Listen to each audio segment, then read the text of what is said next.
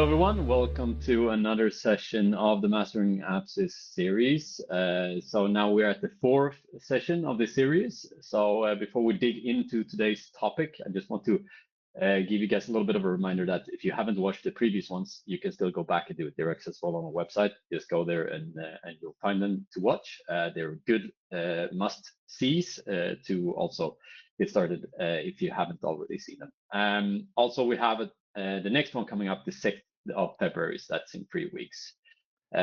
What you don't know is that we're going to have a bonus one for you guys as well later on during the spring on insights. So it's a good kind of it's good to keep your eyes open for that one as well. You will not miss it, and we will communicate it to you guys that has been watching. Absolutely. But let's dig into today's session. So today is about best practice segments. We're going to dig into how you segment your customer bases, how you can get going with communication very targeted. My name is Daniel. I'm the Director of Product and Marketing at Apsis. And with me today, I have our specialist on the topic, Agneta. Good morning, everyone. So happy to be here again. Yeah, I'm the Product Marketing Manager at Apsis, and you've probably seen me before, and I'm really excited to host this webinar with Daniel. A very interesting topic. I'm pretty sure you're going to like it. So stay tuned. So what we'll be covering today, we'll of course get into segments, how you do segments, what the values of segments are, some different types of segments. So we're going to explore how these segments can help you to connect with the right people at the right time, basically. We're gonna make sure that you show you how you build and apply segments, so what the segments are built on, how you create them based on the profile data, and discover the standard segments that would be good to use. We're also gonna give you some examples of advanced segments that you can use as well, and of course we're gonna end the session with a little bit of how you track those segments and the development of those segments to refine the strategy. So. And kind of, we've been working with these 3 different steps of key takeaways. So for this session, you will be able to map, of course, how you use segments, how you leverage the data in Apsis 1 to get started on the segments, how you manage them, how you create them, how you apply them, how you make sure to manage them and develop them, but also how you master them, of course, how you monitor the progress of the segment, the development of the segment, and the performance of the segment. So let's get into it, I think. Absolutely. And starting first and foremost with a little recap from previous webinars of the power and impact of segmentation and why relevance matters. Statistically, we can see that if you stick to relevance and personal communication, it has a great impact on your ROI and your KPIs and your metrics. And people are more likely to engage, subscribe, and stay connected if they feel that the content is relevant. So that is one of the main reasons why segments in Apsis 1 is a really powerful tool to use. And last webinar, we talked about best practice email. And one of the things absolutely to consider is, you put a lot of money, budget, and resources and time into planning and executing your campaigns. But if the emails aren't delivered, then you're kind of wasting your time. Using segments and make sure that you send relevant content will increase engagement, increase and improve deliverability as well, because emails people actually want naturally perform better. So great opportunity to make some improvements. And to touch a little bit upon the segments and the subscriptions and the profiles, because those are key in this session as well, of course. Profiles are the people that you are communicating to, the ones that are to receive your communication rights. Subscriptions is type of communication that they want to achieve and where the consent is stored for those profiles. And segments is going across the subscriptions. So you can definitely have a segment of a different type of profiles, and then you select a subscription and you would only communicate to the combination of them, right? So let's keep that in mind when we go through this session as well today. And to get a little bit into what kind of data model the segments can be based on, so we have three different types of data in the data model. We have attributes, which is your profile specific data. So here you have some default ones with email address, with name, date of birth, for example, that you can segment on. You can also create custom ones, which is for example, city, so that you can segment only towards communication, sending only communication to profiles in a specific city, for example, or the company or the role of the person that you want to communicate to. The second type is tags, which is your internal tagging of the different profiles. So that could be a different type of profiles, or profiles that have specific preferences or something else. So we have some defaults in the system. So if you have a CRM integrated, for example, we always tag it with a specific CRM segment that comes for the CRM that you can filter on. Or you can, for example, have brand preferences. So I only want to communicate to profiles that has an interest in or is an Apsis customer. Then I can have Apsis as a tag that I filter on. So the tags are very specific. They are your tagging, and they can only have one value. So for example, Apsis as a tag. The last one is event. So whatever type of action that your profiles take towards your content, whatever type of engagement they show towards your campaigns, etc., all of those things we store as events. So we have some default ones to whatever feature you guys are using. It could be opens to emails, clicks to specific links, or whatever those events we store. And of course, you can segment on those to target specific engagement or profile that hasn't engaged with your content to re-engage them. So that's the kind of strength of it. Absolutely. And now when we know a bit more about the data model and how we can use the data in our segments, let's go into deep diving into the segment builder. I picked out 5 key traits in the segment builder that I believe are like the most important ones, the key traits. First and foremost, it's a drag and drop canvas, so you don't have to know coding, you don't need to be a developer. You have your data model and you can drag and drop the data that you want to use from what's available on your profiles. The logic is ranging from very simple to quite advanced. We have the and or logic, and you can also bundle them to have and in combinations or in combinations or combine the two. We will give you some examples of that as well. You can include and exclude different types of data values. So we're using the plus and the minus. Include anyone who has a certain value or exclude anyone who has or hasn't a certain value. There are quite a lot of different settings and conditions. We will give you some examples because what's available is depending on what type of data you have in your data model. We will show that as well. And last but not least, your data model is the limit. If you want to segment on a data type or a data point, first and foremost, you need to have it. It needs to be available and in the right type of format for your use case. So let's see. Let's have first a bit of examples and also get to know the segment builder so you know what it looks like. Maybe you haven't seen it before. Daniel talked about 3 different types of data. We have the attributes and the tags and events. In the segment builder, they are grouped. So subscription, attribute, and tags, they're listed as properties. And any other interactions, they are under the tab events. We're going to start with a segment built on properties. So let's see what we can do. First, we choose a subscription because that's our first selection. Which consent do we want to use? In this case, we want anyone with an opt-in or double opt-in on the subscription for newsletters. That's our first criteria. And then we can move on and add maybe an attribute. Maybe we want to have a specific email or a specific type of email, or just that everyone should have an email. In this case, I'm actually going to go with an email address that ends with a certain domain. So you now get a bit of preview on some of the settings.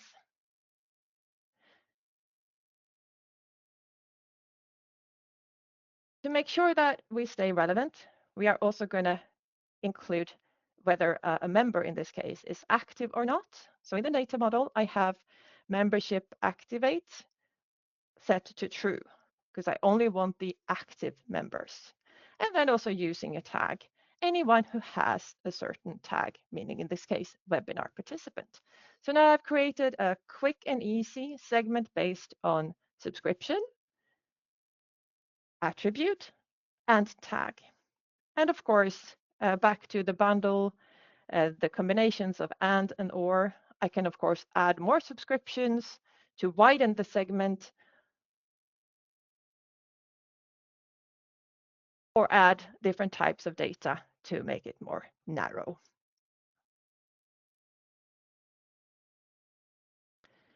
Perfect. So a quick view of segment on properties. Now let's look at the second tab, which is events. All the interactions that you have on your profiles. One data point that you all have, as soon as you've sent your first email, is opens and clicks in certain emails. It's an easy way to get started. And in this case, we are just creating a simple segment based on any clicks on a URL that contains a certain value, in this case, Apsis. We can be more specific and say it should only be clicks that has happened in an email during the last 4 weeks, just once, or if I want to say more than 3 times or 1 up to 5 times. Again, to make the segment bigger or smaller, depending on how I want to work with my target audience. So a quick view and quick creation of segments using properties and events. As I mentioned, there are some settings on each of these data points. So depending on what your data model looks like, you may or may not have these different types of settings. For a Boolean, true or false, you can use value true or value false. If you use timestamp or date, then you get ranges of dates and time, and you can pick a specific date or a specific time. For attributes where you use a number, you can see it's greater than, less than, greater than, or equals to. So depending again on the type of data, the settings will be adjusted accordingly. And last but not least, maybe the most common one, where you have an attribute where it's a string or a text. So does the text contain or not contain start with or end with? And the more advanced one there is the regex. So a quick overview of the settings if you use the data type attribute. For tags, a bit more simple and straightforward, because a tag, you either have it or you don't. It's like a flag. It's this internal marker that Daniel mentioned. But you can combine it still to make it, include or exclude. So 4 different examples here. They almost look the same, I know. But if you have a plus and a plus, it means that I want to include everyone who has a certain value. And right below, we have a plus and a minus, meaning I want to include anyone who doesn't have this certain value. And on the right-hand side, we want to exclude anyone who has a certain value. And at the bottom, we want to exclude anyone who doesn't have. So you see the combination, even if the data type tag is really simple, you have it or you don't, you can still combine it to achieve great things. With events, you have more settings available. We had a quick view of this before, but you can choose what type of event, how and what time, and how often. And those 3 main categories are available in most of the events that you have. So what, when, and how often. And depending on how you combine this, you will have a bigger target audience or a bit smaller. And we have for page views the same thing. Registrations to, for instance, events. It will be the status of your registration. And if you've submitted a survey for instance, you have some settings connected to that as well. So for attributes, the settings will be adjusted according to the data type that you've selected. And for tags, it's if you have the tag or not. And for events, it's these what, when, and how often. So when and where to use segments. This is interesting. You can use segments to segment content in an email, meaning do you want to show the content or not, depending on a certain value. You can select the target audience within a subscription, and Daniel mentioned this in the beginning of this webinar, that you choose your subscription, but you don't want to send to everyone with that specific consent, but only a selected target audience. You can use segments to find that specific audience. You can start a marketing automation flow when someone joins a segment. So as soon as someone matches all the criteria that you set in your segment, you want to start a marketing automation flow.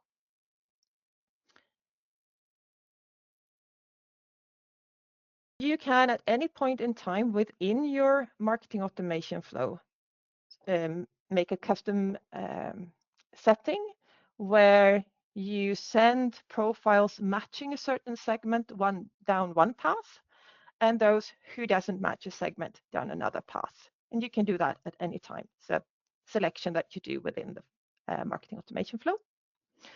And last but not least, we've talked a bit in previous webinars about the importance of keeping your lists clean to keep deliverability high and stay true to your numbers. By using segments, you can also export or delete profiles matching a certain segment to, again, maintain this audience quality. Let's look at these examples one by one, starting with using segments in the email. And I'm going to let the video run here so that you can see what happens. But segmenting the content within the email means that you send an email to your full target audience, but depending on the profile specific data, they will either see or not see the content in the email. And it's really easy. You just create the content that you want and then apply the segments that you've created. And you can easily preview and make sure that the emails look nice and have the right content, whether you match or don't match a certain segment. So really easy to use, and it's an easy way to get started with segments, to try it out, to create a simple segment, apply it on the content, and send your emails. And then you can evaluate the impact. When you want to send to a specific target audience within a subscription, again, you create your segment, you design your email with the content, and in the send to step, when you choose your subscription, you also choose whether you want to include or exclude certain segments. In this case, I want to include the webinar segment, and I can then exclude my inactive profiles. So I'm only sending to a specific target audience where they're also active. And Agneta, I know that we have a lot of customers that uses imports and just target at imports, basically. Is there a simple way to do that as well? Absolutely. That's a great question. So if you do your import, you can choose to add an import event to your profiles. And then that selection is available at the send to step just below where you choose your subscription. You can also choose your specific import. And in those cases, you don't have to create a segment. You can just use the import event that is available. Really smooth and easy, and a quick way to just upload a list of a target audience and send to that specific audience. Great question.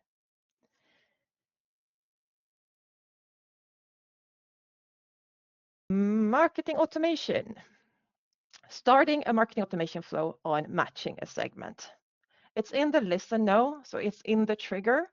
You say that any profile that matches this specific segment or these segments, you can use more than one. Those should be sent into this specific flow, and you can nurture them in a way that kind of pushes them down the funnel or helps them move towards the conversion that you are actually looking for. And the setting is in the starting node, and you choose segment. And I think as well here, right, that if you want to do it in a very simple way and have a specific just one tag, a simple segment that you want to use, you can just directly select that kind of tag to listen for as well. And it creates a little bit the same functionality and same outcome if you have that simple segment, and you don't need to just go through the whole complexity of creating the segment. Yeah. Exactly. If it's just one value and one data point, that's the simplest way to get started. Now the customization of a flow within the flow. So you start the flow on a different trigger. It could be clicks or opens or certain custom events. Maybe you're using that with the API. And then at some point in the flow, you want to make a check. If the target audience now in the flow matches a certain segments, then the flow should continue down one path. And in the other case, you want to send them down in a different way. So it's a nice way to make that extra check that the profiles are still eligible for the type of communication coming further down this marketing automation flow. And again, really easy to set up and use the check profile node and use segments. And last but not least, also quite important, keeping the audience clean and up to date. You might want to export or delete profiles matching a certain segments and use in other channels, or simply just delete the profiles matching this specific segment. And again, this is really easy. Create the segment. Down at the bottom right, you will have delete segments. And if you don't have that setting available, just reach out to us and we will activate it for you. Not a problem.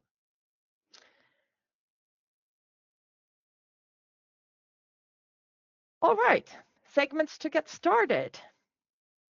Yes, so we have some standard segment that is good for you guys to just keep in mind and to use whenever you're interested in and to get going. Basically, I think the first one we have is inactive versus active profiles. Agnete also mentioned this a little bit in terms of retargeting the kind of inactive profiles in that sense. But this is a good one where you kind of identifies who is interacting with your content, who has not been interacting with the content, and retargeting those. So we can do this in both marketing automation flows, who have not in this segment interacted with one of the emails in the flow and drive them another way, or do specific sendings to those segments, of course. So that's a great one to make sure that your audience get activated. Next one is to identify profiles that have repeated bounces. It could be soft bounce, it could be hard bounce, of course. There's different types of bounces as well, and you can exclude these already from the start, because that's if you were to the previous seminar or webinar that we had on the emails, you know that the bounces is one of the things impacting your deliverability as well. So this is a good way for you to proactively reduce the number of bounces by have already bounced. You can also, of course, identify those that has bounced and do something about it yourself when you export or exclude those kind of profiles from your platform. What is good to kind of have in mind is that we of course do. I know that some of you guys have questions regarding this as well. When do we in Apsis kind of exclude the hard bounces automatically? Yes, we do, but only after a certain number of times. So when there's been a hard bounce 3 times on a profile, we exclude that profile automatically, but we don't do it directly to keep you the flexibility in your hands. Absolutely. And our hard bounces are defined and identified based on the code and the response that we get back. Technical bounces may still mean that the email is invalid, not in use, and should be excluded. And there are some soft bounces as well. For instance, mailbox is full. And if that happens repeatedly, that email address is not used and should be excluded. So in combination with this great automatic exclusion, you can get great deliverability. The third one is profiles with opt-in or opt-out status. So basically, you can map and manage your audience consent statuses and monitor the compliance. So you can exclude automatically who has opted out to a specific subscription or whatever before you actually do the kind of sendings, also to validate the number or the segment of profiles that I want to do the sending to, and to identify the kind of segment. Is there a value to target this segment? Do we still have the number of opt-ins in this subscription with this segment that makes it necessary to do the campaign or whatever, or will the value of the campaign be the same? So that's a good way as well to kind of validate that. And the last one is if it has value or doesn't has value. So there could be attributes or something that you kind of capture in different forms where it's optional to select or not select, and then you can of course make sure to segment on those has or has not value, and you can target those that has no value as well to make sure that you get that value if it's to nurture and to develop to get more information on specific leads or specific contacts that you have identified. That is a good way to target those customers and those profiles as well. Absolutely. Great segments to get you started. There might be some next level segments that we can share some insights on, maybe get you a bit intrigued to get started with that. So you can use segments for specific campaign performance. One example that I think I presented one of the other webinars is say that one of your goals is to increase the number of participants in the Apsis webinars.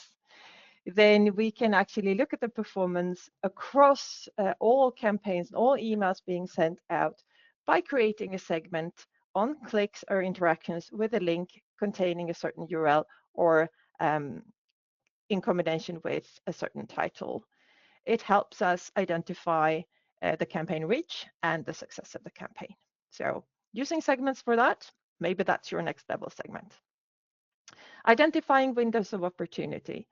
If sudden changes of interests happen, you get more clicks and interactions on URLs or emails regarding a certain topic, maybe that's where you should put your efforts in.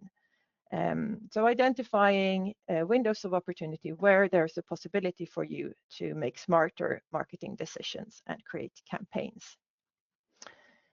Key contacts or VIP profiles, if you have, maybe you're a membership organization and you can identify your active members and combine that with membership length. So if they've been a member for more than 5 years and they've interacted in your campaigns more than 3 times in the last 6 months, then maybe that's your ambassador, and you can identify and nurture those to achieve more with your campaigns. And of course, to gain relevance and frequency insights. Pressure management, how many emails are actually sent and delivered and interacted with to your different parts of your audience. Identify the smaller bits and pieces of your audience, your target audiences, and see how frequently you interact with these. Maybe it's too often or maybe it's not often enough. And this is, maybe it's a hidden gem for many of you, but this is actually my favorite, the segment trend. If you create a segment, you can always check the segment trend by clicking on Show Profiles. It gives you this nice overview and you can see how your segments are trending.